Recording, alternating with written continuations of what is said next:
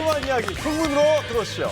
오늘도 월요병에 지친 여러분들의 마음을 즐겁게 즐거운 거 맞으시죠? 네. 여러분 풍문씨와 함께하는 시간 즐거우시죠? 아니 방송에서 누가 출연료 받으면서 하는데 즐겁지 않다고 할 수가 있겠어요, 그렇죠? 뭐 시청자분들도 이 시간만 기다리죠. 그렇죠. 근데 뭐 다른 시간이 많던데 다른 프로도 많이 하시던데. 동시간 1위 아닙니까? 예? 풍문쇼가? 그냥 뭐 아무 말이나 해봤어요.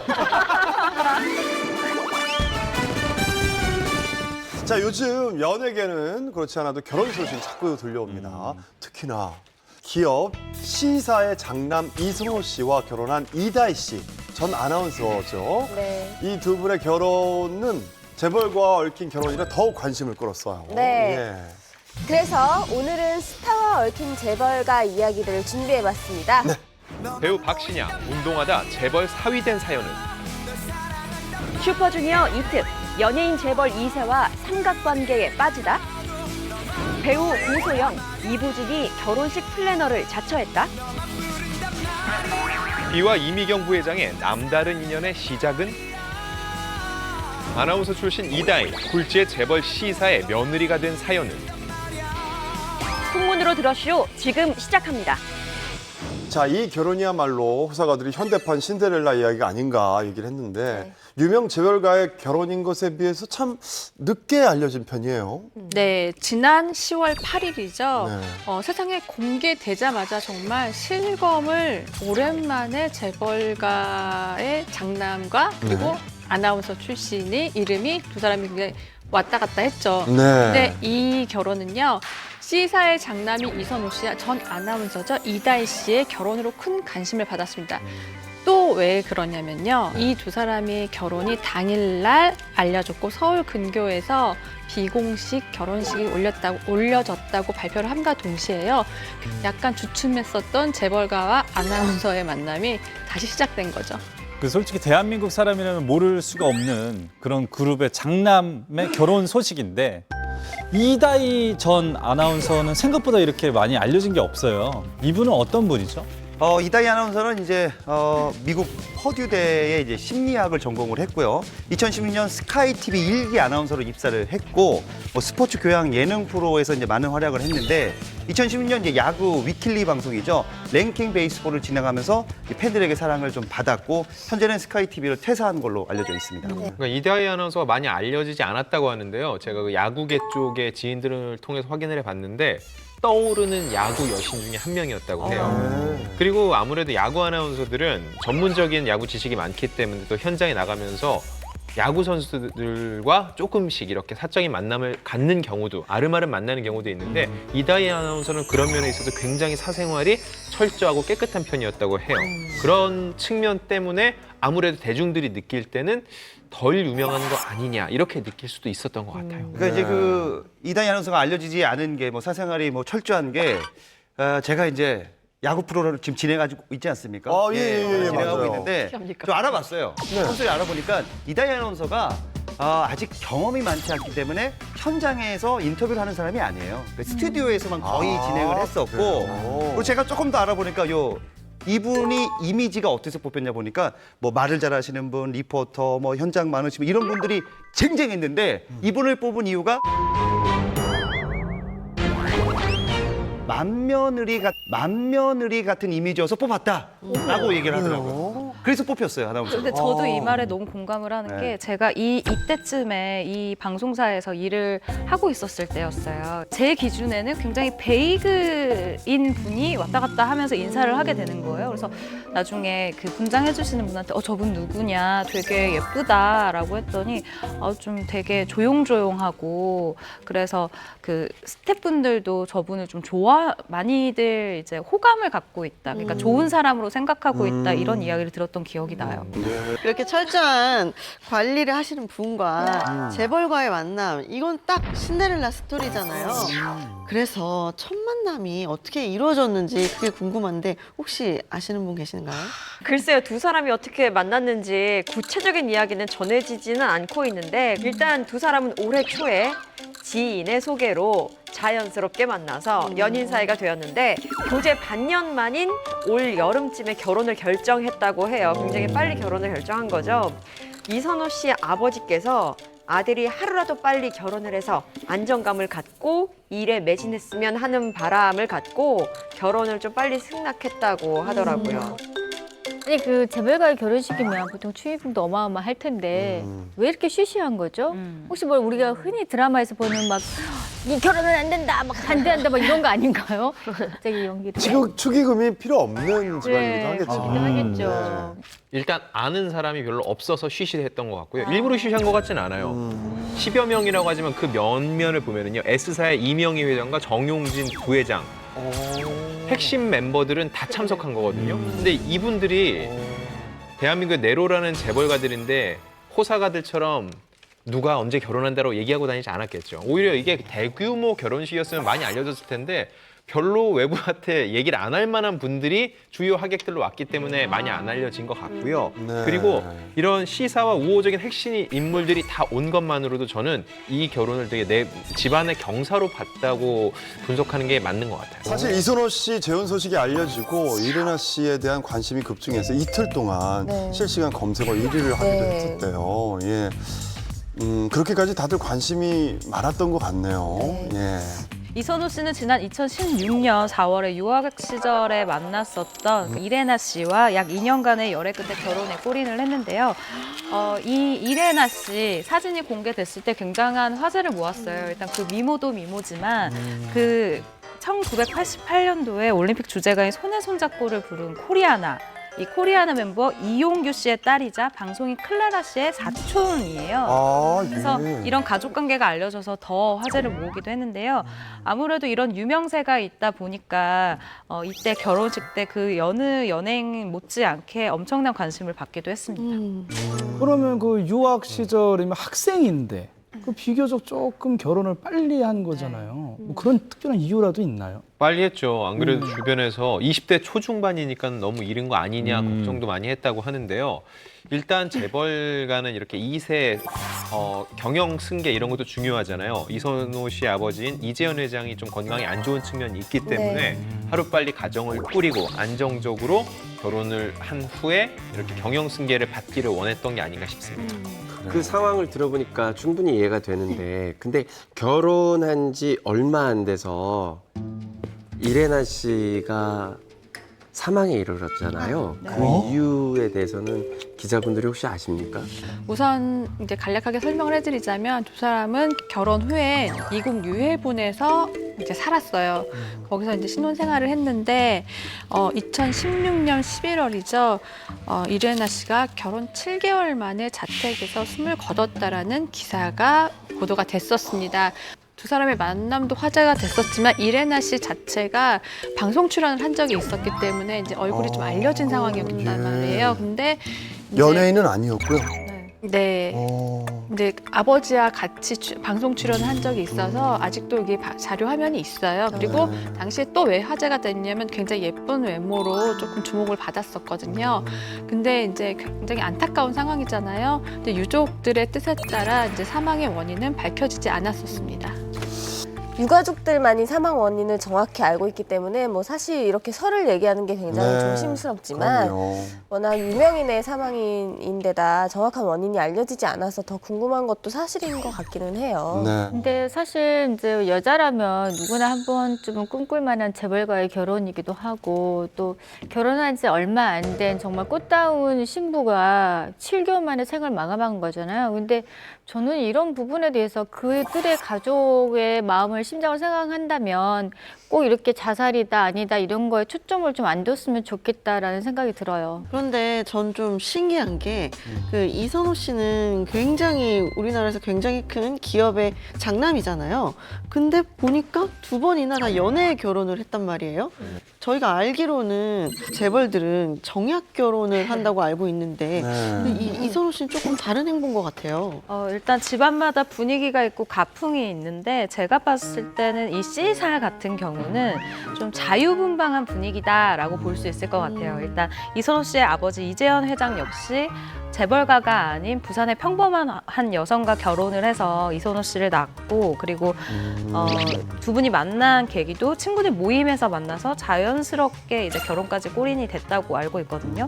그리고 이선호 씨의 누나 같은 경우도 미국 유학 시절에 만났었던 남자친구랑 그러니까 연애 결혼이죠. 그리고 나중에 결혼까지 골인하게 되는 그런 걸로 봐서는 집안 자체가 꼭 정략 결혼을 해라라는 분위기는 아닌 것 같아요. 그래요. 자, 비슷한 케이스의 연예인이 또 있다고 하던데요. 어떻게 재벌과 인연이 됐는지 모르겠어요. 네, 예. 바로 연기자 유설아 씨인데요. 네. 저도 이 이름을 들어본 적은 있으나 얼굴에 선뜻 딱 떠오르진 않았어요. 왜냐면 많은 활동을 하지 않았거든요. 유설아 씨로 설명을 드리면 2006년이죠. 영화 스승의 은혜라는 작품을 통해서 연예계에 데뷔했습니다. 그리고 드라마 여사부 일체 등을 통해서 순수하고 신비로운 이미지 등으로 사랑을 받았는데요. 2014년 8월이죠. W사의 차남 윤세봄 씨와 결혼한 사실이 알려지면서 굉장히 화제가 됐었습니다. 두 사람은요, 지인의 소개로 만나서 자연스럽게 연인이 됐고요. 3년간의 열애 끝에 결혼에 골인했습니다. 저희가 되게 예전부터 알고 있었던 건 재벌가는 무조건 정략 결혼을 한다고 생각했었는데 요즘에는 생각보다 꽤 많은 재벌들이 열애 결혼을 하네요. 네. 남편 윤세봄 씨는 어떤 분인가요? 네, W사의 차남 윤세봄 씨는요, 네. 79년생으로 유설아 씨보다 5살이 많습니다. 그리고 미시간 대학교를 졸업을 했고요. 2009년에 이 W사에 입사를 해서 현재는 이 W사의 전무로 재직 중인 것으로 알려져 있어요. 네. 이 결혼 소식이 전해지고 나서 이제 유설아 씨의 과거에 했던 발언들이 화제가 됐습니다. 한 방송에서 유설아 씨가 나의 꿈은 너무 크다. 내 꿈은 지구 평화를 꿈꾼다라는 발언을 했습니다. 지구 평화 꿈꾸는 분들이 뭐 유설아 씨도 있지만 빵상 아줌마도 이제 지구 평화를 꿈꾸거든요. 그러니까 어떻게 됐든 이 유설아 씨 지구 평화는 이제 내려놓으시고 결혼 생활을 아주 잘했으면 좋겠습니다. 그 회사에서 뭐 여러 가지 제품들 만드는데 그런 것들이 환경 위한 것도 있지 않나요? 아마? 근데 농담 좀 예. 섞어 얘기하면요. 예. 재벌가에서 살면요. 이미 지구가 평화롭게 느껴질 것 같아요. 그렇지 않아요? 자신만의 지 예. 박하나 씨가 요즘 재벌들은 정략 결혼을 안 하나 봐요. 그런데 약간 이걸 빨리 알았다면 뭔가 도전! 무슨 소리예요? 아니 근데 그 표정이 너무 그럴 수 있죠. 난 왜 그걸 몰랐지 그런 표정이시라서 제가 아니요, 저는. 예, 그런 거 아니잖아요 지금 너무 저 재벌보다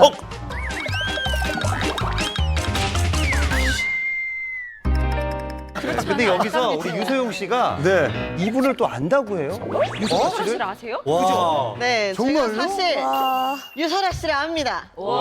유설아 씨를 아신다고요? 네. 만화발, 지금 너무 만화발. 야 오랜만에 기쁜가 보다. 평가원을 한 것 같은데 뭐 하나 건져. 결혼식에 갔다 왔어요? 그렇지는 않고요. 네, 제가 이제 학교 선배. 학교 선배예요. 예. 학교에서 몇 번 뵀어요. 네. 그래서 예쁘다라는 생각도 했었고, 예. 그 아까 이다희 씨도 굉장히 그 자기 관리가 철저하다고 그랬잖아요. 네네. 근데 유설아 씨도 약간 그랬다고 느끼는 게 사실 연극영화과 하면은 풀메를 하고 예쁘게 이렇게 치마 입고 다닐 일이 거의 없거든요. 막 작업하고 이렇기 때문에. 네. 근데 항상 이 유설아 씨는 약간 메이크업도 항상 풀로 하고 예쁘게 옷도 스커트 입고 이렇게 다니셨거든요.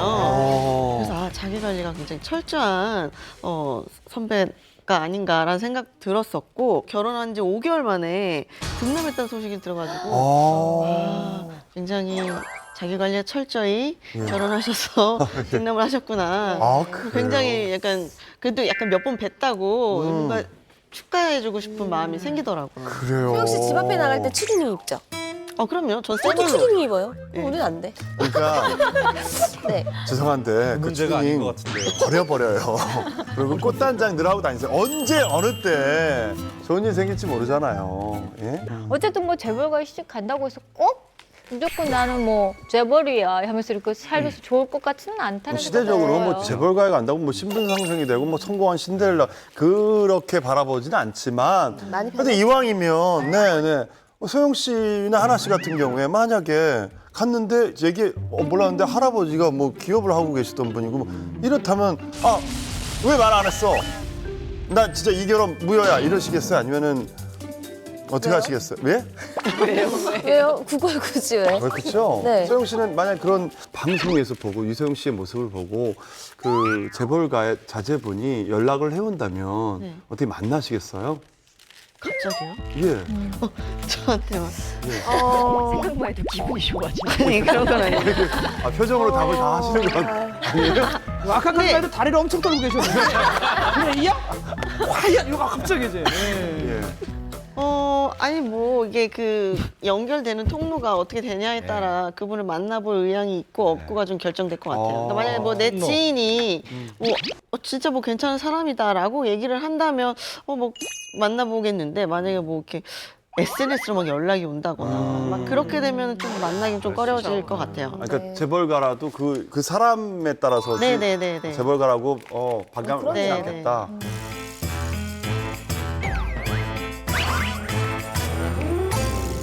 저 같은 경우는 네. 어떤 외조든 할 자신이 있는데 네. 제가 궁금한 거는 이제 재벌가 이제 자제분들은 남자 연예인이나 남자 아나운서라든지 이렇게 만나는 경우가 굉장히 드물지 않습니까? 그러게요. 그러네요. 왜 그렇죠? 그런 슬리피 씨에게 제가 롤 모델이 될 만한 분을 한 분 알려드리겠습니다. 네. 예. 바로 배우 박신양 씨예요. 네. 90년대 멜로 영화 이제 편지나 또 약속 다들 기억하실 거예요. 연속으로 히트시키고 2001년에는요 첫 주연했던 코믹 영화 달마야 놀자까지 연속 히트시키면서 승승장구였는데 네. 바로 그 이듬해 묻 여성들이 눈물을 흘릴 만한 소식이 발표가 됩니다. 13살 어린 대학생 백모양과 결혼 소식을 알려왔는데요. 너무 갑작스러운 소식이었기 때문에 많은 이들이 놀랐었죠. 근데 저도 기억나는 게 대체 어떤 여자랑 결혼하느냐 이렇게 궁금증이 많이 유발됐었는데 딱 그 기자회견 같이 나오는 모습 봤는데 너무 예쁘신 거예요. 그래서 결혼할 만하구나 라는 생각이 들었었죠. 네. 아니 지금은 뭐 13살 차이 그런 연예인도 많죠. 저 당시엔 굉장히 파격적인 그럼요. 나이 차이긴 했어요. 남자가 도둑놈 소리 들을 때죠. 예, 예. 네. 근데 박신양 씨가 저 당시 최고의 그럼요. 인기를 그럼요. 부과하고 예, 있었거든요. 네. 예. 네, 박신양 씨의 마음을 사로잡은 그녀, 이 여성분의 정체는 바로 세계적으로 굉장히 유명한 아이스크림 기업인 H사를 국내에 처음으로 들여온 그 기업의 손녀였어요. 이 H사 같은 경우는 1991년 국내 시장에 처음으로 진출한 후에 프리미엄 아이스크림이라는 장르에서 계속해서 1위를 하고 있는 기업인데요. 지난해 매출액만 무려 500억이라고 하고요. 영업이익만 약 90억을 기록하고 있다고 합니다. 그 H사 제가 그 술자리 끝나고 이제 내기하면서 엄청 사 먹었었거든요. 매출에 제가 좀 보탬은 됐는데 그 13살 연하인 것도 사실 복이라면 복이고 또 이제 미모도 출중하시고 또 집안도 빵빵 이런 말도 안 되는 스펙을 저도 좀 부러워요. 어떻게 만나는 겁니까 이런 거? 저도 궁금한데 이게 팁을, 좀 뻔한 대답 나오는 거 아닙니까? 또 뭐 뻔하게 뭐 지인의 소개로 뭐 아름다운 사랑을 뭐 이런 거 아니죠? 네, 슬리피 씨의 바람대로 지인의 소개 이런 뻔한 건 아닙니다. 이 뻔한 것보다 오케이. 더 어려운 운명적인 만남이었어요. 운명적인 만남이요. 네, 얘기를 해드리자면요. 예. 일단 평소에도 운동하는 걸 굉장히 좋아하는 연예인으로 알려졌어요. 예, 예, 예. 근데 지인의 초대로 부산에 내려간 거예요. 하루라도 헬스를 걸을 수 없잖아요. 그래서 헬스클럽을 가게 됩니다. 그런데 또 정말 운명적인 건요. 지금의 아내분은 가족여행으로 부산을 방문한 거예요. 그래서 그 아내분도 헬스클럽에 갔는데요. 정말 더 운명인 것이 이분이 그날이 생애 첫 헬스클럽 방문이라는 거예요. 아내분은 예. 그래서 태어나서 처음으로 가본 그 헬스클럽에서 운명적인 사랑, 박신양 씨를 만나게 됐습니다. 자, 이제부터 드라마가 야. 시작됩니다. 자, 잘 들으셔야 됩니다. 박신양 씨가 이제 런닝머신을 뛰기 위해서 안경을 벗습니다. 네. 안경을 벗으니까 이게 잘 보이지 않을 거예요. 그래서 계속 뛰고 있는데 갑자기 이제 지금의 아내가 딱 나타납니다. 그리고 순간 내가 저 여자랑 결혼을 하겠다라는 생각이 들었다고요. 그리고 몸에서 소름이 쫙 돋았다고 합니다. 이걸 놓치면 평생 후회할 것 같아서 용기를 내서 다가가서 시간이 되면 식사를 하고 싶다라고 어머, 데이트 와. 신청을 했다고 합니다. 그때 당시에도 유명하셨는데 그죠? 어떻게 그 헬스장에서 처음 만난 여자한테 아니 여성분 티셔츠에 흐릿하게 이렇게 하게 다 땡이. 계속해서 받아치네요. 아무렴은 내가 그 집 딸인데 여기다가 그 브랜드를 하고 그렇게까지 홍보를 시키진 않겠죠. 그런데 박신양 씨가 결혼을 발표한 이후에 이상한 소문에 시달리게 되었죠. 네, 그렇습니다. 왜냐하면 톱스타 박신양과 그리고 재벌 그룹의 딸이라는 만남에 약간의 색안경을 끼고 본 사람들이 많았어요. 급기야 인터넷 게시판에는 박신양 씨의 부인인 백모 씨가 초혼이 아니다. 라는 이런 설이 있었죠. 이 소문의 진실에 대해서 정확히 말씀을 해드리겠습니다.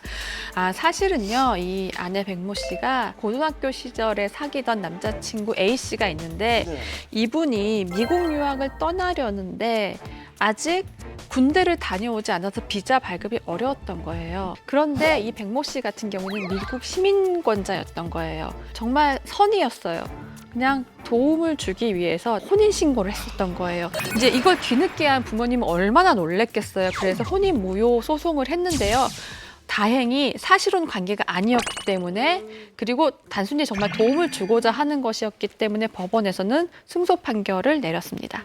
아 그래요? 네, 당시 박신양 씨가 아내를 두고 이렇게 이야기를 했습니다. 설사 그러한 과거가 있었다고 하더라도 나는 모두 포용할 수 있다. 아내가 우주에서 떨어졌나? 그 나이에 남자친구가 있었던 건 당연한 일이다 라고 인터뷰를 했는데 이 인터뷰 내용 때문에 여자 팬들이 폭발적으로 더 늘어나는 이런 기이한 현상까지 벌어졌었죠. 사실 우리나라처럼 보수적인 나라에서 그렇게 넓은 마음으로 품어줄 수 있다는 거 정말 쉬운 일이 아닌 것 같은데 저는 사랑한다면 네. 그래서 부모님이 뭐 어떻게 생각할지 모르겠지만 애도 있어도 예.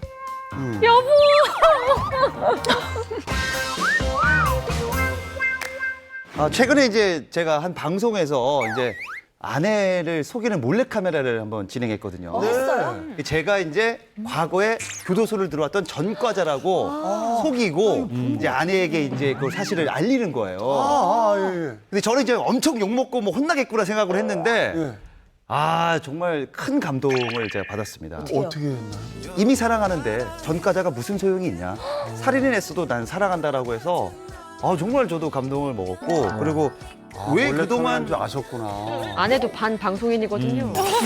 아니 진짜 몰래카메라인지 모르고 했는데 오히려 저를 왜 그동안 숨겼느냐 힘들었겠다라고 해서 저는 그 마음이 좀 전달해서 박신양 씨 마음도 좀 전달이 좀 됩니다. 혹시 슬리피 씨는 만약에 와이프분이 전에 과거가 있었다. 원래는 아무것도 안 돼요. 원래는 이해가 안 됩니다. 전에 누굴 만났던 것도. 뭐야 만나는 우리가 살았던 걸 생각해야지. 어렸을 때. 어렸을 때.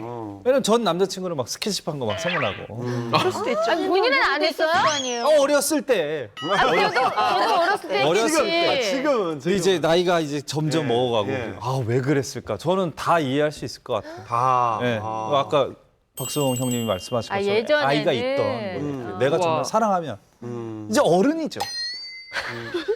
그러면 요즘은 이제 예전에도 그랬지만 지금도 재벌이라고 약간 사칭하면서 결혼 사기를 벌이는 사람들 아직도 존재하거든요. 맞아요. 어디 모임에 갔는데 네.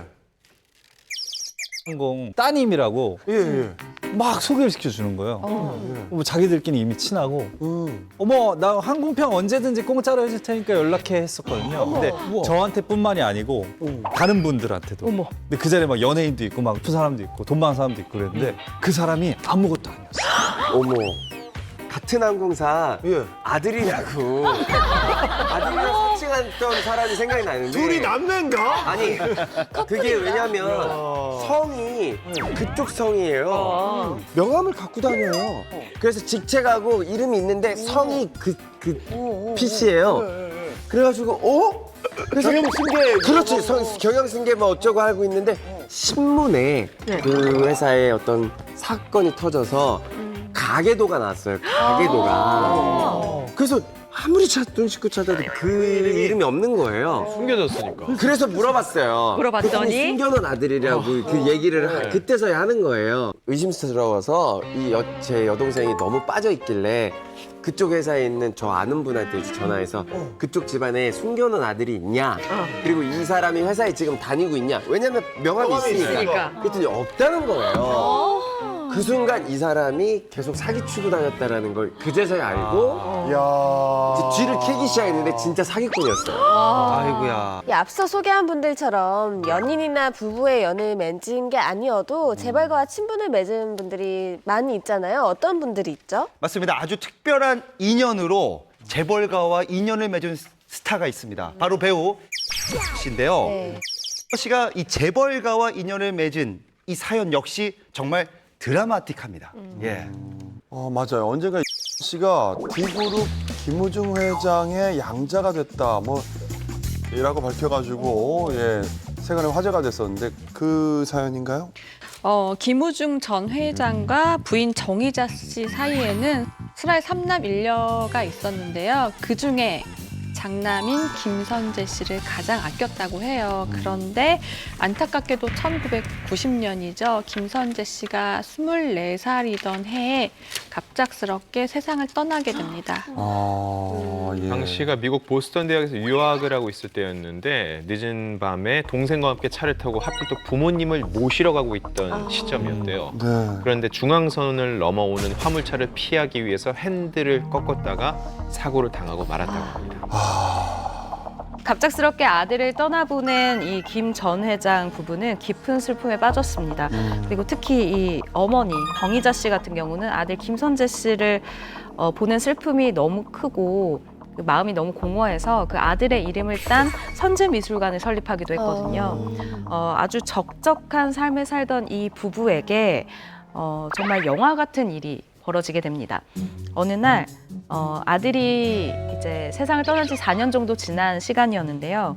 그러던 차에 TV를 틀었는데 나의 아들 선재와 너무나 닮은 연예인이 TV에 나와서 연기를 하는 거예요.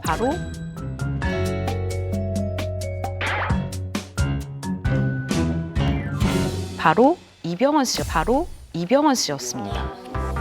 일단 사진이 진짜 느낌 있네요. 그러네요. 입이랑 하관 부위가 되게 많이 닮았네요. 눈매도 그렇고 진짜 비슷하네요. 이병헌 씨 젊었을 때를 더 어렸을 때를 생각하면 진짜 비슷해요. 저는 이걸 보고 코 빼고 다 닮았다고 생각했거든요. 얼굴형도 그렇고. 귀, 눈빛, 턱, 입술까지. 네. 아들과 닮은 사람을 발견했으니까 네. 부모 입장에서는 얼마나 보고 싶었겠어요. 이병헌 씨를. 아들 생각나는데. 네, 저도 지금 저 사진을 보고 나니까 사실 그 전까지는 뭔가 안 좋은 시선이 있었던 것도 사실이에요. 왜냐하면 재벌가 그룹에 왜 하필 이병헌 씨가 했는데 이 사진을 보면 좀 이해가 되긴 하는데요. 이 만남을 주선한 사람이 있었습니다. 바로 배우 유인촌 씨였는데요. 유인촌 씨 같은 경우에는 D사와 오랜 인연을 맺었었어요. 그러니까 D사와 CF 모델. 그 CF 모델로 이제 부부와 이 김우중 전 회장 부부와 조금 각별한 사이였겠죠. 그러던 어느 날 유인촌 씨가 이제 같이 저녁 식사를 하자고 자연스럽게 동반을 하게 됐는데 그 자리에서 굉장히 남다르게 다가왔을 거예요. 그리고 이병헌 씨는 약간 당황스러웠겠죠. 양자에 대한 제안에. 그리고 첫 만남에서 이런 제안이 왔다는 건 사실 조금 어떻게 보면은 좀 거부감이 있을 수 있잖아요. 그런데 정말 순간 당황했지만 세상의 모든 어머니의 마음이 아닐까라는 생각에 흔쾌히 수락을 했다고 합니다. 네, 말만 그냥 양 부모님, 양 아들 이런 게 아니라 정말 부모 자식 사이처럼 때마다 인사드리고 또 이렇게 크고 작은 고민들을 나누면서 굉장히 가깝게 지냈다고 하고요.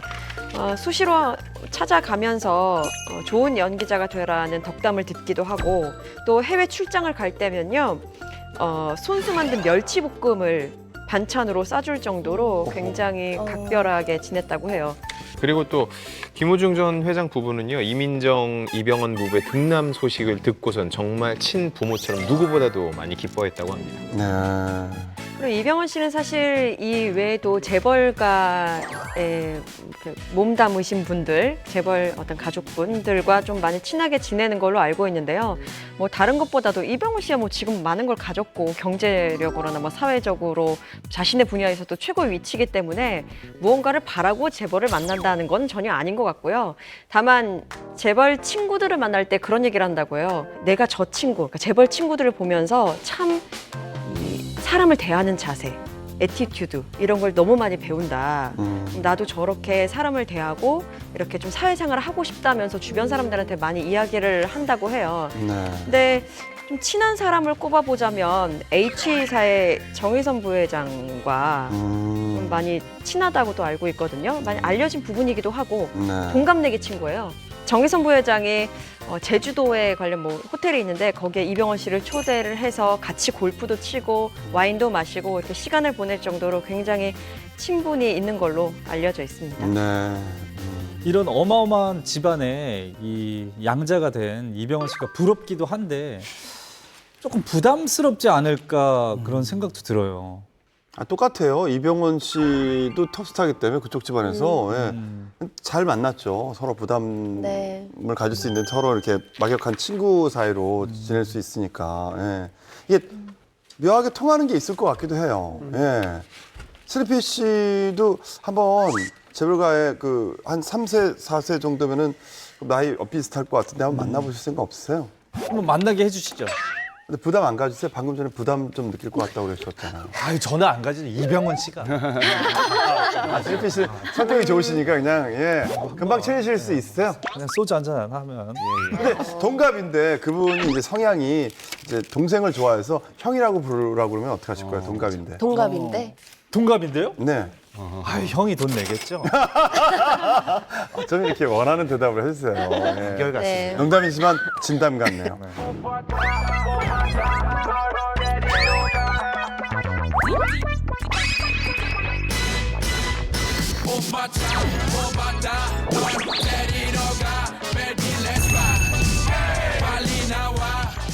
재력을 갖춘 재벌의 대시는 여기 계신 분들은 대부분 거절할 이유는 사실 없을 것 같아요. 뭐 크게 나쁜 사람이 아니라면. 굳이.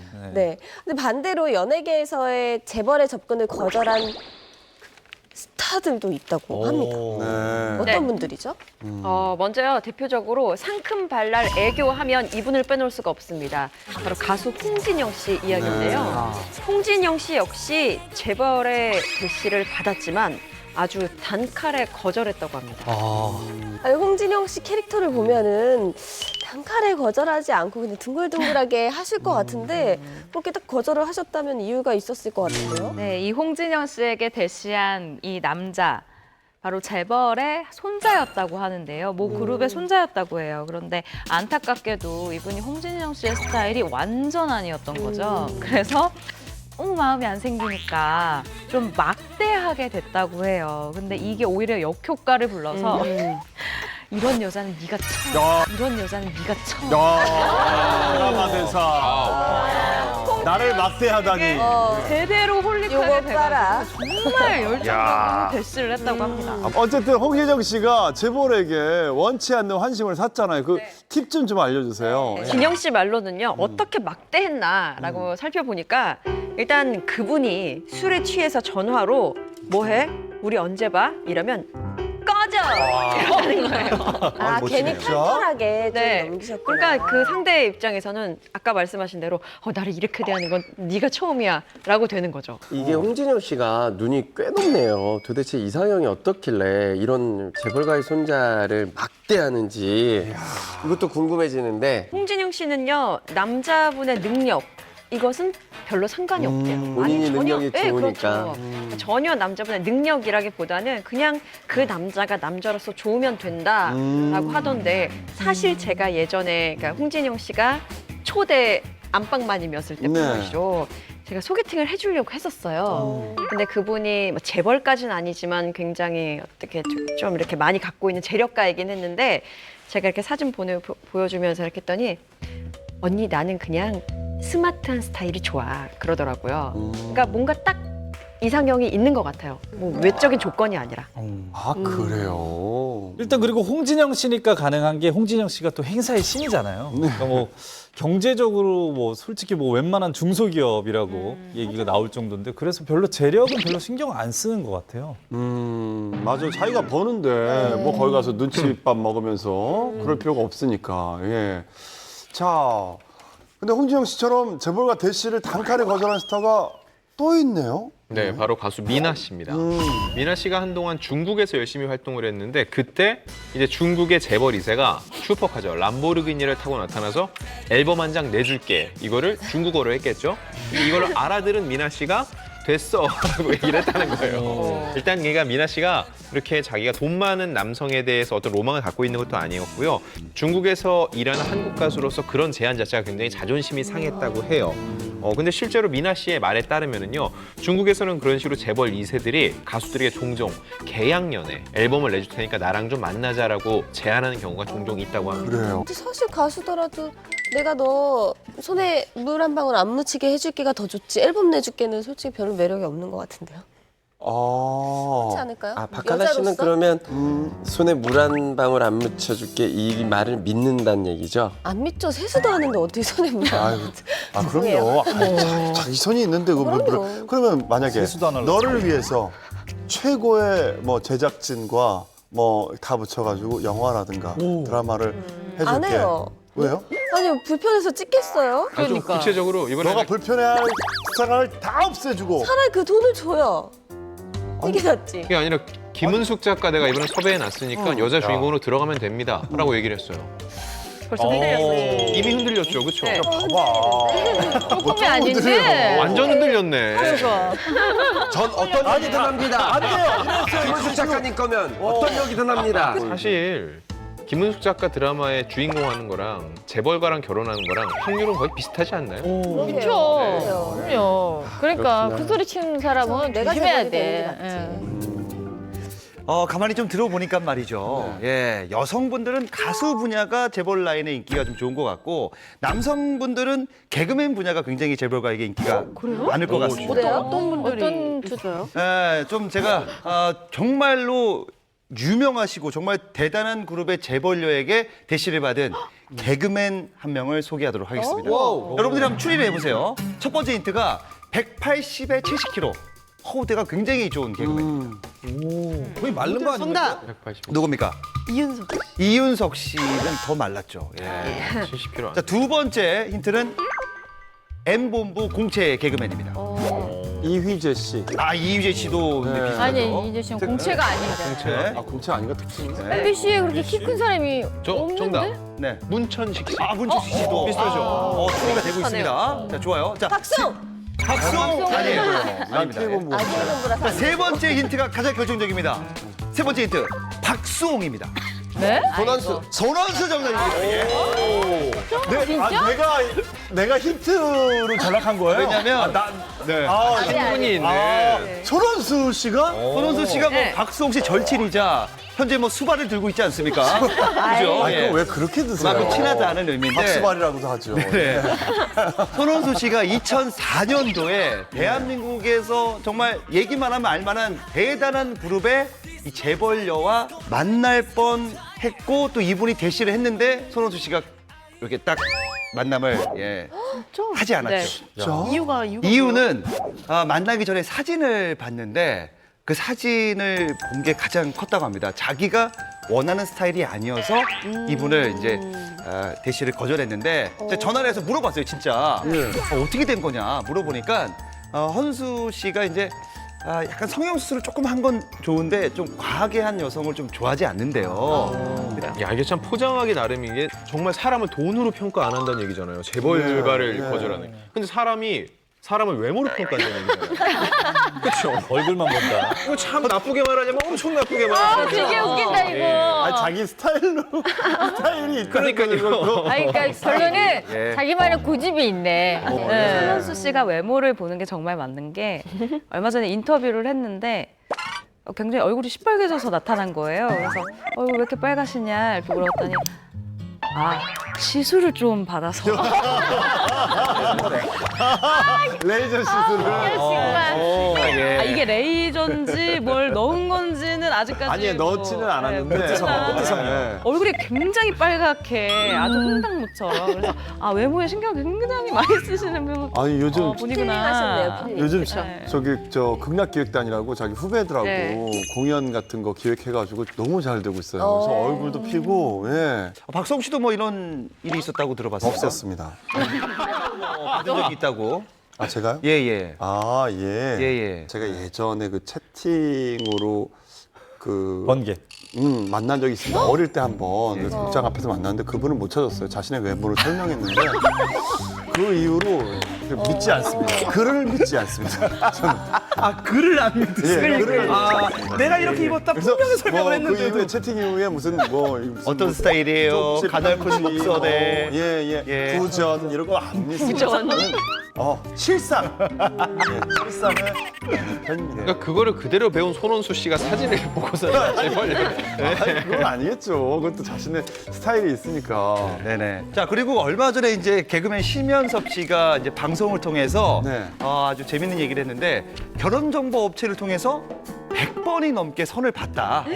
그 중에서 정말 수백억 대의 자산을 가진 딸이 나를 만나려고 했다. 이 딸이 MBA도 싫고 의사도 싫고 오로지 웃긴 사람이 좋다라고 하면서 심연섭 씨에게 대시를 했다고 합니다. 근데 심연섭 씨가 이거를 거절했다고 합니다.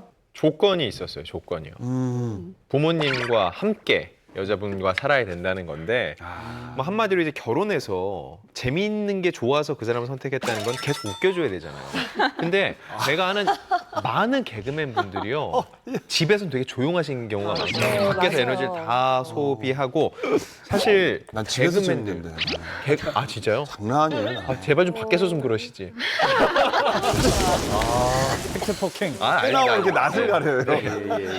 근데 개그맨 분들이 가장 기분 나빠하는 게 야 한번 웃겨봐 이거잖아요. 마찬가지로 가수한테 야 노래 불러봐. 근데 아무 마찬가지면 자리에서, 맞아요. 기자들한테도 야 재밌는 거 없냐? 맞아. 똑같이 스트레스 받으시는구나. 우리한테도 있어요. 10초 만에 눈물 흘려봐. 그러니까 그게 말도 안 되는 주문인데 심연섭 씨 입장에서는 이 집안과 결혼하면은 자기가 결국은 그렇게 해야 되지 않겠냐라고 생각을 했다니까는 저는 거절할 만한 자리였다고 생각해요. 저도 일례로 한번 들었던 적이 서른도 씨 계시잖아요. 서른도 씨가 한 번도 그 와이프분께 제대로 노래를 한 번도 불려드린 적이 없었다.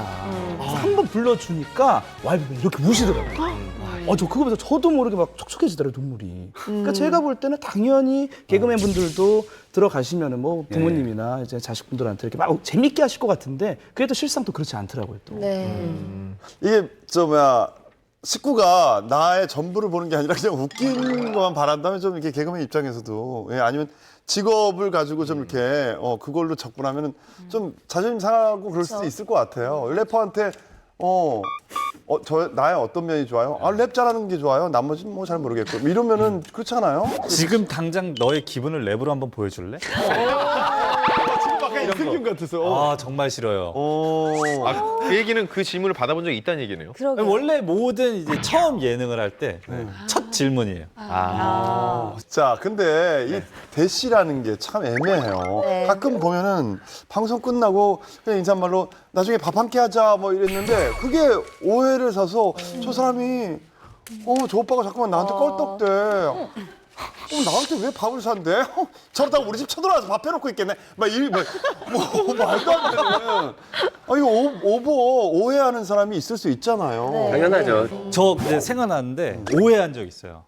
원래 연예인들이랑 친분이 없었는데 라디오스타 이런 데서 홍진영 씨를 만나는데 한번 뭐 보자 이런 거예요. 약간 그냥. 근데 번호는 받았어요.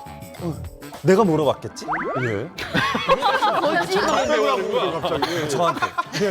근데 진짜 전화가 왔어. 홍진영 씨한테? 한부 지금 술 먹고 있는데 오라는 거야.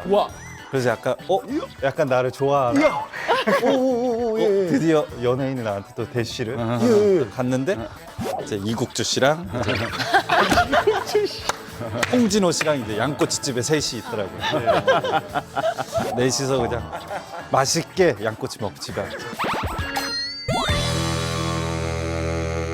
이렇게 재벌의 대시를 거절한 스타들도 있지만 재벌과 라이벌에게 밀려서 사랑에 실패한 스타도 있다고 하는데요. 바로 슈퍼주니어의 이특 씨 얘기입니다. 이특 씨는 뭐 이미 엄청난 스타에다가 재력도 굉장히 빵빵할 텐데 어떻게 네. 밀릴 수가 있죠? 지금이야 그렇지만요. 이특 씨의 과거를 떠올려 보세요. 2006년경이었다고 하니까요. 슈퍼주니어가 2005년에 데뷔해서 이제 막 신인으로 활동을 할 때거든요. 지금이랑은 아무래도 위상이 좀 다를 때죠. 아무리 그래도 그 데뷔 당시에 2006년이면 정말 한창 꽃미남으로 막 이름을 날리던 시절이란 말이에요. 저도 이제 한참 같이 이제 활동을 했었는데 이런 이특 씨를 거절할 여성이면 얼마나 대단한 여성분이었다는 건가요? 일단 이 이특 씨의 러브 스토리를 살짝 말씀을 살짝 말을 하자면요.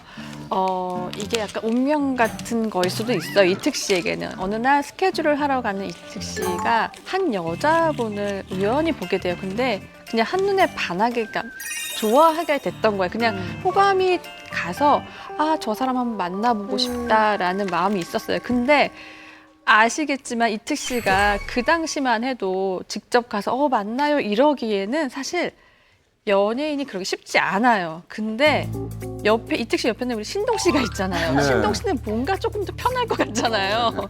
신동 씨하고 얘기를 했던 거죠. 근데 신동 씨가 중간에서 정말 재기발랄하게 자연스럽게 그 여자분한테 연락을 한 거예요. 그러니까 말을 건 거예요.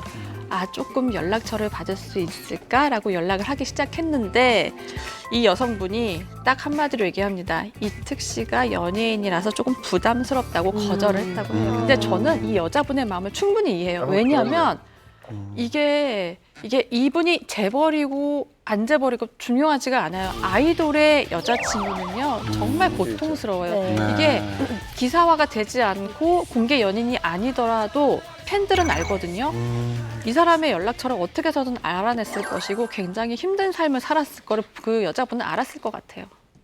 여기서 포기할 이특 씨가 아닙니다. 네. 일단 여성분에게 부담스럽지 않게 자기 차가 있는데도 그 차를 가져가지 않고 스케줄에 타고 다니는 회사 차를 끌고 여성분을 만나러 갑니다. 그리고 이 여성분이 연상녀예요. 그래서 이 연상녀를 위해서 그분이 즐겨 듣는 음악을 미리 골라서 CD로 굽고 그 차에 넣어서 그 여성분과 함께 음악을 듣습니다. 약간 나는 당신과 생각한 느낌이 같다. 부담을 느끼지 말아라. 이런 것들을 어필을 하고 있는 거죠. 그리고 그 어필이 먹혀서 정식적으로 만나게 됩니다. 근데 갑자기 이 여성분이 한참 이렇게 만나다가 갑자기 연락을 차단하고 연락을 하지 않습니다. 이게 일주일 동안 애를 태우다가 갑자기 일주일 뒤에 전화가 와요. 영화가 너무 보고 싶다고.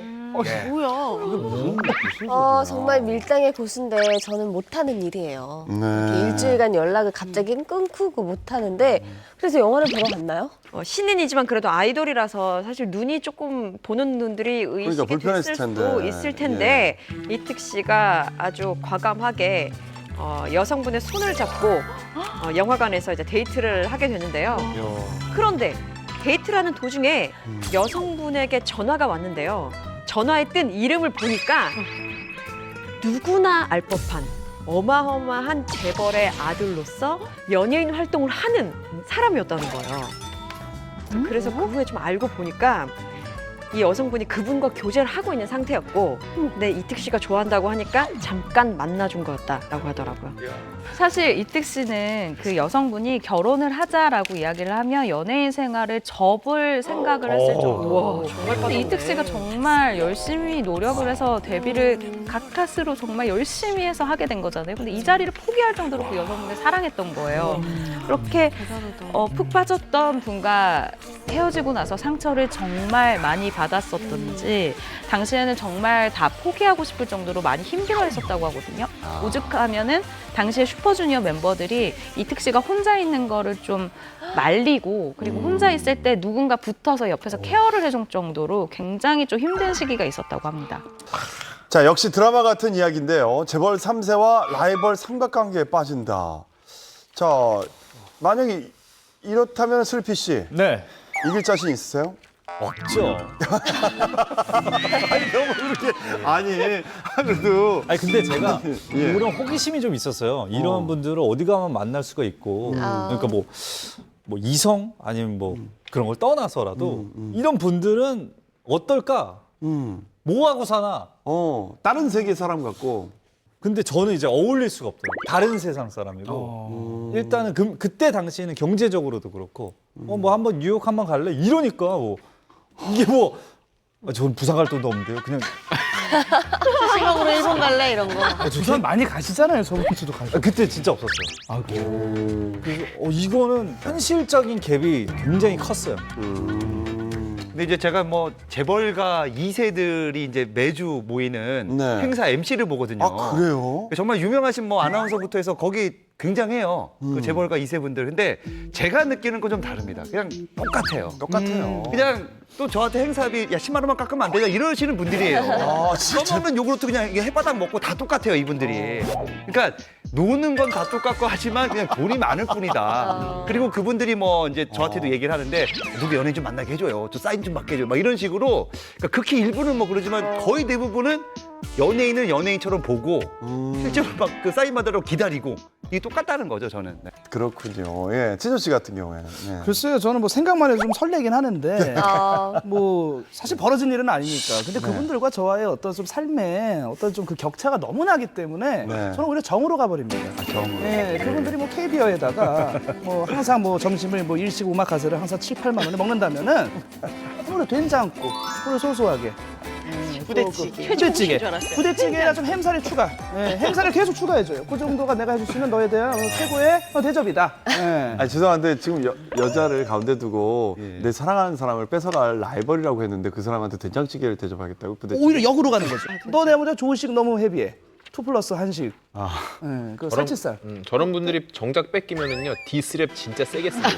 그죠? 예. 제 하드에 60곡이 있습니다. 여차면 풀어버려요. 예.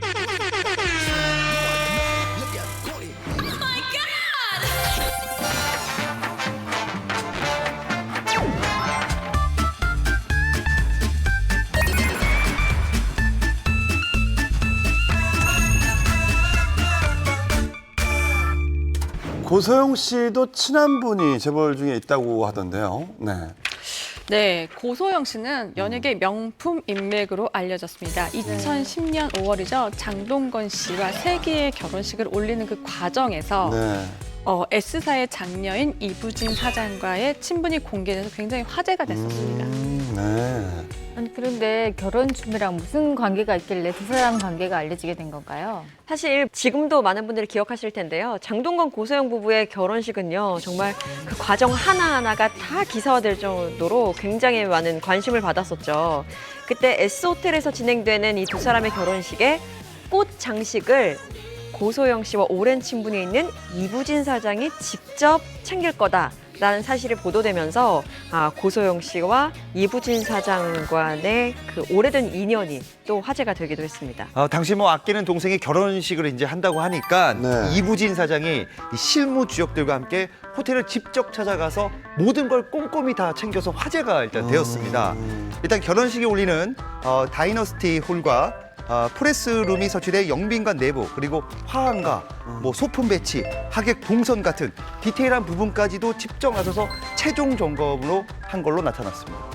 원래 두 분의 공통점이 있었나요? 어떻게 친해지게 됐나요? 네, 이 두 사람의 교집합은 바로 스타일리스트 정윤기 씨였는데요. 정윤기 씨의 소개로 인연을 시작해서 언니 동생하며 굉장히 친분을 돈독하게 쌓아오고 있다고 해요. 그리고 긴 시간 함께온 이 두 사람 개인적인 고민을 다 털어놓을 정도로 굉장히 친한 사이라고 합니다. 이 두 사람의 결혼식에 정작 이분이 자기 호텔에서 열린 결혼식인데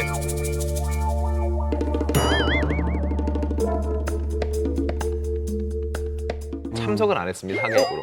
예? 안 했어요. 그래서 이 부분에 있어서는 오히려 사람들이 왜 그럴까 싶은데 저는 역으로 배려가 아니었나 싶어요. 왜냐하면 둘의 결혼식에 정말 거물 중에 거물이잖아요. 참석하면 그쪽으로 스포트라이트가 좀 쏠릴 수도 있을 것이고, 그리고 아무래도 그 S호텔에서 있었던 여러 가지가 다 특혜라는 괜한 얘기가 나올 수도 있고, 그리고 그 호텔 안에서는 걸 자기가 하나하나 준비해 줬기 때문에 하객 이상의 의미를 갖고 있거든요. 그런 여러 가지를 고려해 봤을 때 두 부부에 대한 배려 차원에서 하객으로까지는 참석하지 않은 게 아닌가 싶습니다. 야, 이게 맞습니까? 아니면 꽃장식 하다가 서로 언니 더 해줄 줄 알았는데 아니, 옷이 모자라요. 너 그런데요. 무슨 소리니? 여기 정말 얼마나 힘이 들었는데 그런 거 아닙니까? 그런데요, 이 부분은요, 뭐 예. 고소영 씨가 이부진 전무를 도와준다? 이부진 전무가 고소영 씨를 도와준다의 의미는 아닌 것 같아요. 당시에 저 그 현장에 있어서 너무 기억하는데요. 전 이부진 전무가 왜 안 왔는지도 알겠어요. 그 당시에 너무 화제의 하객들이 많았기 때문에 포토월이 다 지나갈 수밖에 없어요. 거기에서 본인이 쓸 수는 없잖아요. 물론 다른 길로 갔겠지만 어떻게든 사진이 찍혔을 거고 고소영 씨의 드레스와 뭐 장동건 씨의 턱시도가 화제였겠지만 이부진 전무가 나올 때는 언제나 늘 브랜드가 화제거든요.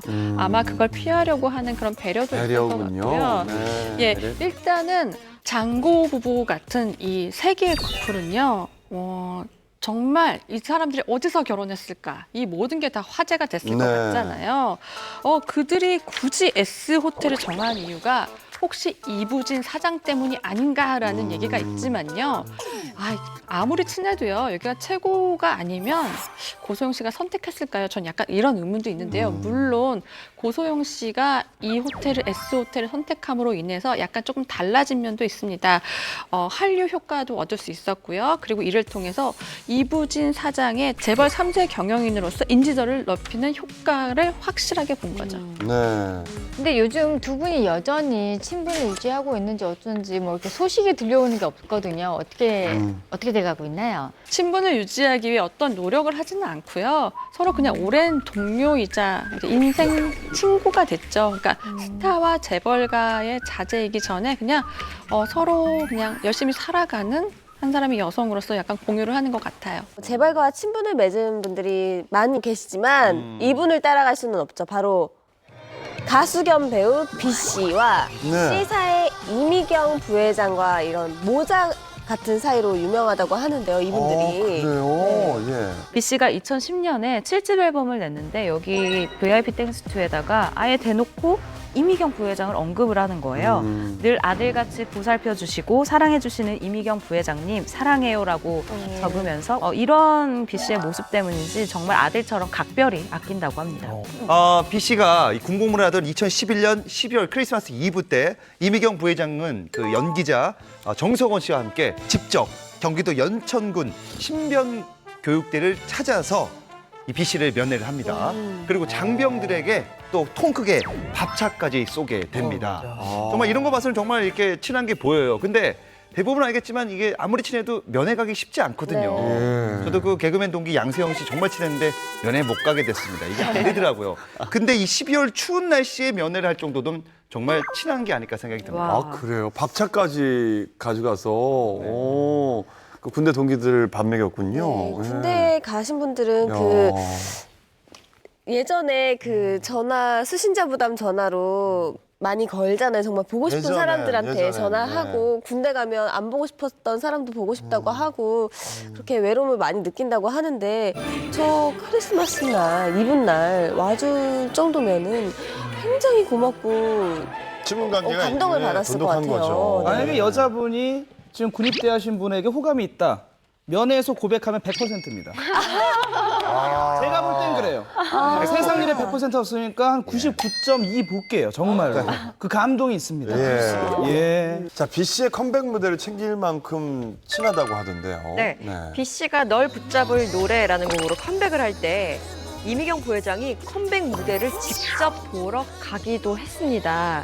그때 이미경 부회장이 경호원까지 동원을 하면서 그 컴백 무대를 관람했다라는 소식이 그때 알려지면서 굉장히 화제가 됐었고요. 사실 뭐 군부대까지 면회 갔는데 이 정도야 뭐 당연히 하지 않았을까 싶습니다. 네, 근데 이런 잦은 만남은 물론이고 B 씨가 활동을 하면서 소송을 겪으면서 좀 심리적으로 굉장히 어려웠던, 힘들었던 시기가 있었어요. 근데 이때도 이미경 부회장이 많은 조언 그리고 위로를 통해서 B 씨의 멘탈을 좀 많이 관리를 해준 걸로 알고 있습니다. 단순한 위로나 조언뿐만 아니라요. 정말 다른 면에서 실질적인 지원을 많이 해줬는데 영화 R2B 리턴 투 베이스라고 그 공군을 배경으로 했던 네, 그 영화는 소위 이미경 프로젝트라고 불렸는데요. 이게 저도 더 기억에 남는 이유가요. 이게 공군 관련된 거니까는 기자들을요 따로 미리 신원조회까지 다 해서 성남 비행장 가서 거기서 군용 헬기를 타고 지방으로 내려가서 거기서 제작 발표를 했었어요. 이야. 그 정도로 큰 작품이었는데 이미경 부회장이 기획 단계부터 참여한 것으로 알려졌는데 중요한 건 이 영화의 주연이 바로 B였습니다. 근데 더 화제가 된 건요. 이 제작 발표에 B 씨는 없었어요. 없었어요. 왜냐하면 B 씨가 군복무중이어서. 근데 보통 주연 배우가 군복무중이면 이렇게까지 대대적인 큰 행사를 하지 않아요. 그러나 B 씨의 영화기 때문에 이 정도까지 지원을 해줬다라는 얘기가 당시에 있었어요. 그리고 B 씨는 C사의 아들이다라는 얘기가 있었어요. 왜냐하면 이 C사에는 정말 많은 계열사들이 있잖아요. 거기에서 정말 모델로 활약을 많이 한 거예요. 근데 저는 최근에 이런 얘기를 들은 적이 있습니다. 물론 이 이미경 부회장과의 친분으로 CF를 한 연예인들도 있습니다. 그렇지만 너무너무 친하고 이 회사에 CF를 너무너무 하고 싶음에도 불구하고 제품의 이미지와 맞아떨어지지 않으면 안 시켜준대요.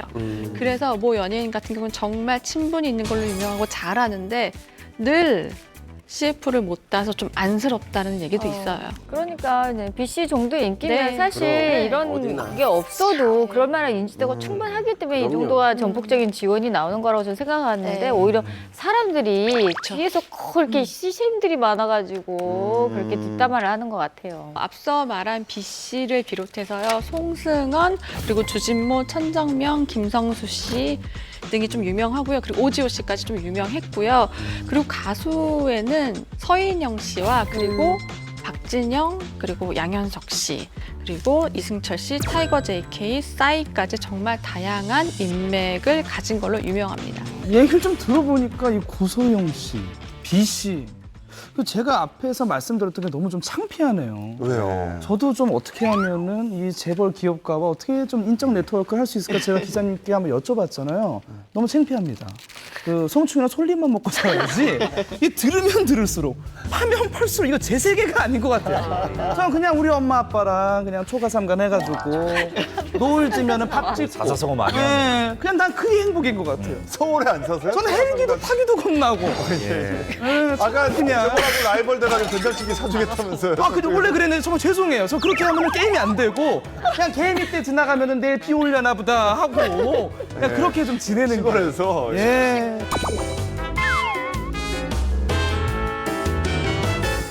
피보다 진한 인연으로 재벌과 가족 같은 친분을 자랑하는 스타들이 있는 반면에 진짜 피를 나눈 연예계의 금수저 스타들도 참 많은데요. 네. 바로 월드스타 싸이 씨입니다.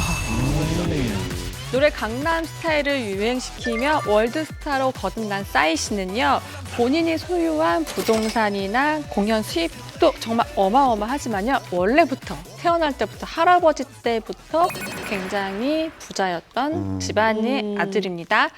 싸이 씨 아버지에 대해서 먼저 설명을 해드릴 텐데요. 현재 반도체 회사 D기업의 박원호 회장으로 알려져 있습니다.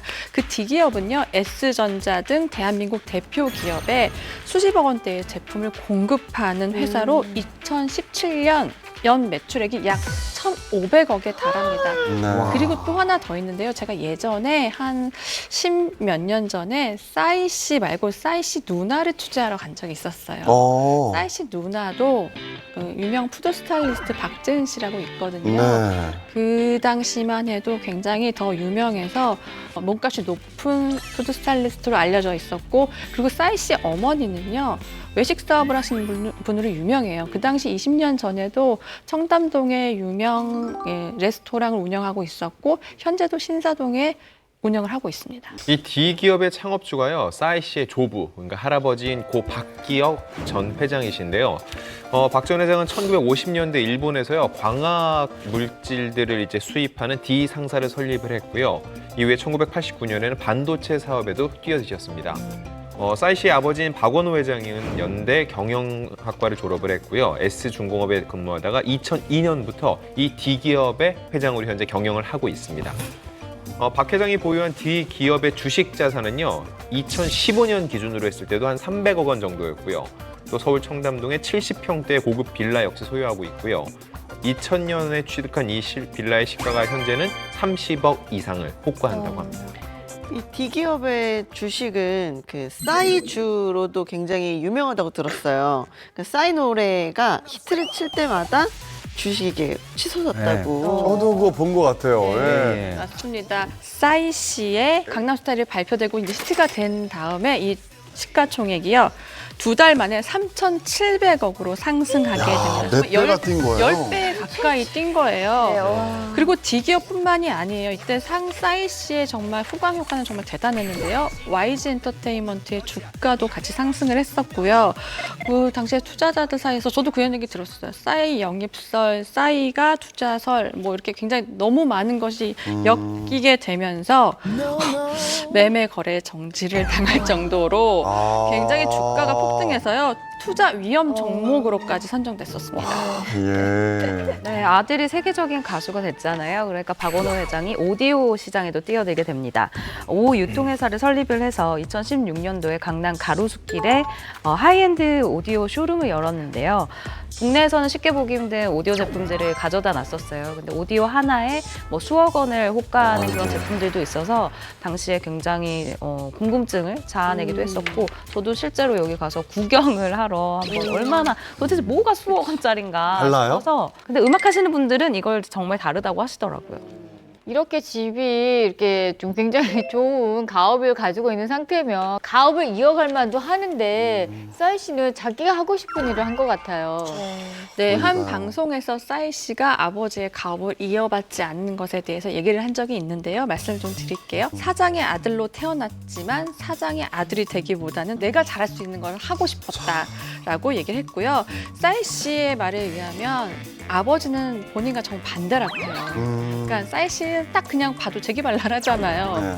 그런데 아버지는 원리 원칙주의자라고 해요. 그리고 특히 돈 문제에서는 굉장히 철저해서요. 싸이 씨, 그러니까 아들의 공연이 있는 것은 다 돈을 지불하고 표를 사서 본다고 합니다.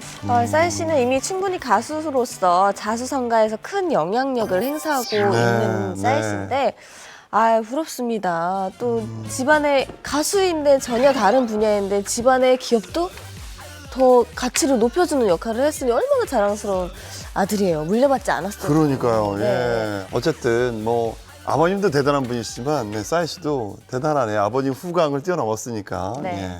최근 재벌가 자제들 중에서 주목을 받고 있는 또 다른 스타가 있다고 하는데요. 네. 바로 뮤지컬 배우 함연지 씨입니다. 네, 함연지 씨는 올해 27살이에요. 뉴욕 티시 예술학교에서 연기를 전공을 했고 2014년도에 뮤지컬 바람과 함께 사라지다를 통해서 데뷔를 했는데 이후 뮤지컬 무한동력에도 출연을 했고요. 또 드라마에도 출연을 했어요. 빛나라 운수에도 등장을 했습니다. 함연지 씨는 어릴 때부터 이제 뮤지컬 배우에 대한 끼를 보여줬는데요.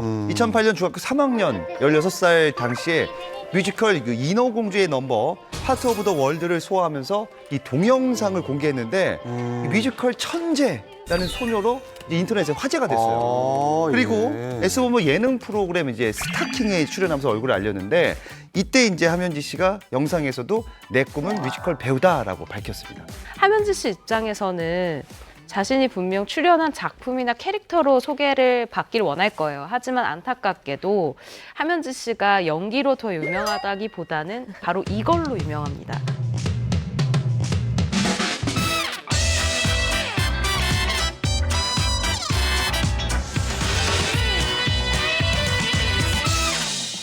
함연지 씨 입장에서는 자신이 분명 출연한 작품이나 캐릭터로 소개를 받길 원할 거예요. 하지만 안타깝게도 함연지 씨가 연기로 더 유명하다기보다는 바로 이걸로 유명합니다.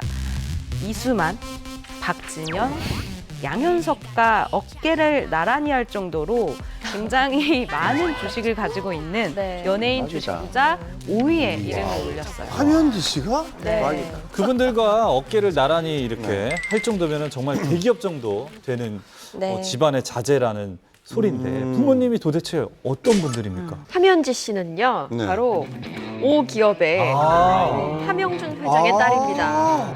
함연지 씨가 보유한 주식이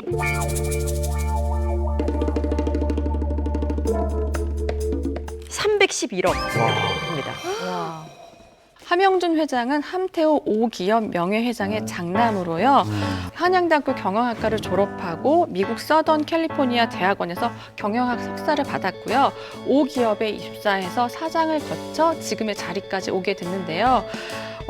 아무래도 이게 더 영향력을 끼쳤던 거는 아무래도 부친의 경영 철학을 따랐다는 게 가장 컸던 것 같아요. 비정규직을 고용하지 않고, 즉 모든 직원이 정규직이었거든요. 그래요. 예. 그리고 상속세를 성실 납세한 것으로 더 유명합니다. 그리고 여기서 정말 더 중요한 포인트가 있어요. 2008년부터 10년 동안 제품의 가격을 올리지 않았어요. 여기에는 소비자들에게 부담을 전가하지 않는 경영 방침으로 착한 기업이라는 평가가 이어오고 있습니다. 사실 이 기업이요. 상대적으로 다른 회사들에 비해서 그렇게 공격적으로 막 홍보를 하는 것 같진 않아요. 하지만은 사실 제품의 품질로 많이 승부를 하는데 라면 그리고 즉석 요리로 유명한데 또 한 가지 외국 전 세계를 다 장악하지만 이 회사 때문에 국내에서 절대 못 이기는 품목이 하나 있습니다. 들으면 하실 거예요. 케찹. 그거예요, 케찹.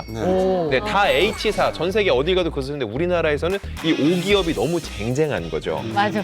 네, 그리고 최근에 이런 대기업들의 갑질과 사회적 반감이 커지고 있는 반면 이 기업 같은 경우는 이제 사회적 책임, 그거 의무를 중시하는 기업으로 해서 최근에 착한 기업의 대명사로 더욱더 각광을 받고 있습니다. 이 5기업이 왜 외식 사업에는 진출을 안 할까요?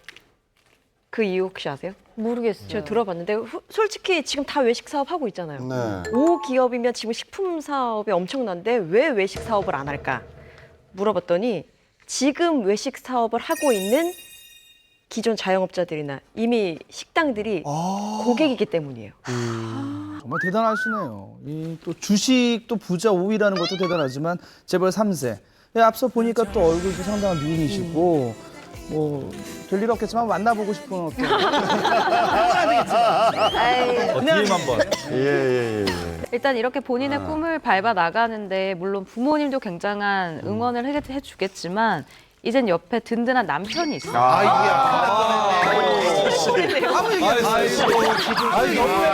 말씀하셨네. 어떻게 그럴 수가 있어? 항복. 항복이라고 해요, 두 글자로. 대참 맞을 뻔했어요. 남편분한테 2017년도 2월에 26살이라는 비교적 어린 나이에 결혼을 했는데요. 상대는 마찬가지로 대기업 임원의 아들입니다. 결혼 이후에도 뮤지컬 페스티벌에도 서고 있고 활발한 활동을 하고 있는 걸로 봐서는 남편 역시도 꿈을 잘 밀어주고 있는 상황인 것 같아요. 자, 재력은 기본이고요. 본인이 좋아하는 꿈도 이루고 멋진 남편 만나서 결혼까지 하고 네. 뮤지컬 배우 우리 함현지 씨. 앞으로도 이런 좋은 마음으로 좋은 작품들 많이 출연하시길 기대하겠습니다. 자, 재벌과 스타의 결혼 스토리를 궁금해하는 이유가 솔직히 재벌이 등장하지 않는 드라마 이게 뭐 좀 김 빠지잖아요. 예. 그래서 요즘엔 뭐 재벌가의 이야기가 아예 그냥 대놓고 나오는 드라마 또 영화 뭐 이런 것들이 심심치 않게 나오는데 재벌 이야기가 궁금한 것들이 많이 있는 것 같아요. 네. 저희 같이 일반 사람들한테는. 어떤 드라마가 있었죠? 최근에 정말 자극적인 스토리인데 재벌들은 정말 이럴 것 같다라고 해서 많이 화제가 됐던 드라마죠. 품이 있는 그녀. 정말 많이 사랑을 받았어요. 그러니까 아무래도 실생활에서 접할 수 없는 스케일의 막장 스토리들 뭐 이런 것들이 있다 보니까 많은 분들이 좀 관심을 갖고 봤던 작품인 것 같아요. 이 드라마가 방영되기 전부터 굉장히 화제가 된 이유가 있었어요. 왜요? 그 이야기가 실화를 모티브로 한 드라마라고 해서 모두 다가 관심을 두기 시작한 거죠. 네, 일단 드라마를 안 보신 분들을 위해 약간의 설명을 드릴게요. 네. 품이 있는 그녀는 돈만을 목표로 사는 김선아 씨가 대성펄프 회장인 김용건 씨를 의도적으로 접근해서 안주인으로 들어갑니다. 그러면서 집과 회사 모두를 다 한 손에 쥐는 그런 내용을 담았는데요. 그런데 이게 네. 드라마 속의 얘기가 정말 아니었어요. 실제로 이게 모 회사와 모 중견기업의 상황과 너무나 잘 맞아 떨어진다는 인터넷상의 얘기가 있었는데 이게 사실이었습니다. 실화를 극화한 거예요?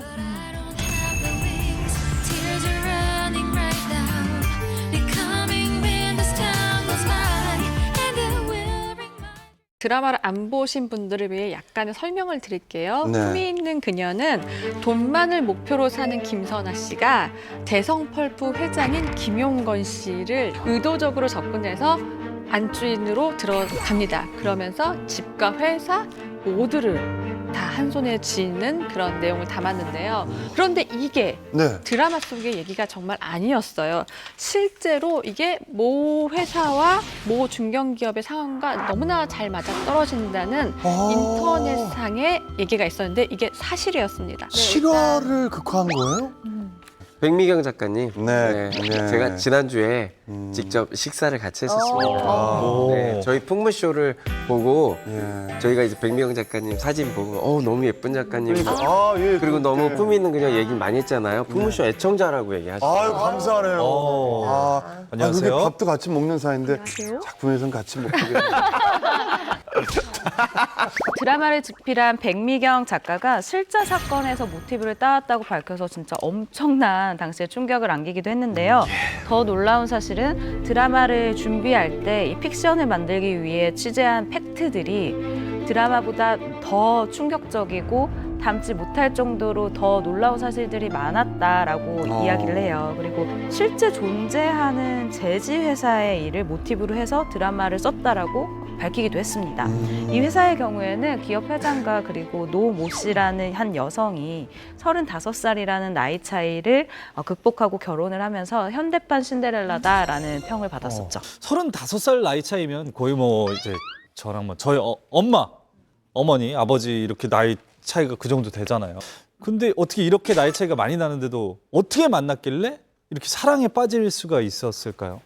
이게 극적인 건지 우연인지 의도된 건지 모르겠는데요. 일단 이 제지회사의 회장은 서울의 한 피트니스 클럽의 회원이어서 자주 이 호텔을 들렀는데 그런데 2008년에 이 호텔의 중식당에서 지배인의 소개로 처음 이 회장과 만남을 갖게 됩니다. 그 이후에 급속도로 관계가 발전이 돼서 결혼에 골인을 했고 부부가 된 지 4년 만에 부회장 자리에도 올랐어요. 그 다음에 남편인 회장의 지분을 전량 다 증여받으면서 최대 주주로서 경영에 참여하게 된 거죠. 그것도 결혼 4년 만에. 그 정도면은 뭔가 능력이 아무래도 좀 대단한 분이셨기 때문에 이렇게 실제 경영에서 참여를 하는 건데 이 실제 경영 능력이 좀 알려진 바가 있나요? 그분이 경영 능력은 그렇게 뛰어나지는 못했던 것 같아요. 일단 노 부회장이 경영에 참여한 지 약 3년여 만에 지분의 대부분을 매각하면서 사실상 회사가 창업주 일가의 손을 떠나서 생판 남에게 넘어가고 말게 되는 건데요. 실제로 이 회사의 만약에 스토리를 알고 있는 사람이라면 이 드라마를 보면서 굉장히 뭔가 비슷하다는 생각을 했을 것 같아요. 그런데 실제 모티브가 된 이 회사 사건 나이차가 35이라고 했으면 혹시 그때까지 회장님은 싱글이셨나요? 당연히 아니었습니다. 당시 회장에게 무려 2번째 부인이 있었는데요. 첫 번째 부인 사이에서는 5남매를 낳은 후에 이혼을 했고요. 2번째 부인 사이에서는 아이가 없었다고 해요. 그리고 이 노 부회장을 만날 당시 2번째 부인과 혼인 상태였다고 합니다. 당연히 약간 적절치 못한 만남이었고 불륜이라는 시선을 한 번에 받았겠죠. 그리고 더 놀라운 일이 여기서 일어납니다. 노 부회장은요. 회장을 만나기 시작하면서 아이를 낳으려고 굉장히 노력을 했다는 거예요. 결국 아이를 낳았습니다. 실화가 더 실제가 더 드라마 같네요. 예. 드라마에서도 그랬나요? 네. 제가 했던 드라마들보다도 더 자극적이네요. 불 같은 사랑을 하신 이 두 분은 지금 잘 지내십니까? 일단 노 부회장과 이 회장 제주회사 회장은 결국 이혼을 한 것으로 드러났고요. 그리고 노 부회장 같은 경우는 현재 40대 후반의 중년 여성이에요. 근데 이분은 경영에서 물러난 뒤에 너무 이름이 알려져서 개명을 했다고 알고 있습니다. 그런데 저희가 이제 드라마 재벌 얘기를 하다 보니까 생각난 분인데 제가 이제 게임을 좋아하잖아요. 네. 또 이게 국내 굉장히 유명한 N사 있죠. 카이스트라는 드라마가 있어요. 여기 보면은 이나영 씨가 연기를 했던 천재 여자 공학도가 나오는데요. 이분의 모델이 N사의 윤송희 사장님이라는 얘기가 있습니다. 이분이 이분이 어렸을 때부터 정말 천재 소녀다라고 불릴 만큼 대단한 스펙을 갖고 있습니다. 서울과학고, 카이스트 모두 수석으로 졸업했고요. 2004년에는 29살의 나이에 S통신사의 역대 최연소 임원 자리에 오르게 돼요. 그러다가 벤처 재벌이죠. N사 김택진 대표와 만나서 결혼을 하게 됐는데 두뇌와 실력을 갖춘 정말 자수성가한 재벌이다라고 해서 굉장히 많은 주목을 받았습니다. 네. 이 스토리가 더 드라마 같은 이야기네요. 당시 드라마를 보면요. 이나영 씨가 갑자기 고민하던 문제의 답이 막 떠오르자 들고 있던 식판을 바닥에 떨구고 연구실로 막 향하거나 아니면 밤에 혼자 운동장에서 땅 따먹기를 하기도 하는데요. 예, 이렇게 엉뚱하지만 집중력이 탁월한 이 캐릭터는 바로 윤동희 씨의 학창시절 에피소드를 드라마에 맞게 윤색한 것이라고 합니다. 사실 작품들을 보면은요, 이런 실제 재벌들에게 디테일이 들어간 게 꽤 많이 있습니다. 아마 대한민국에서 재벌가의 민낯을 가장 많이 다룬 감독하면요, 임상수 감독이에요. 영화 하녀와 돈의 맛으로 전부 다 칸 국제영화제 경쟁 부분에 출품이 됐었는데 네. 두 차례 전부 다 제가 현장에 가서 취재를 했었고 현장에서 임상수 감독 인터뷰도 했었거든요. 정말로 취재를 많이 해서 이 보다 보면 구석구석에 실제 현재 재벌로 살고 있는 사람들의 에피소드를 곳곳에 배치했다고 얘기를 했었어요. 그 외에도 이제 좀 구체적으로 말씀을 드리면은요, 하녀라는 영화에서는 이정재 씨가 재벌가잖아요.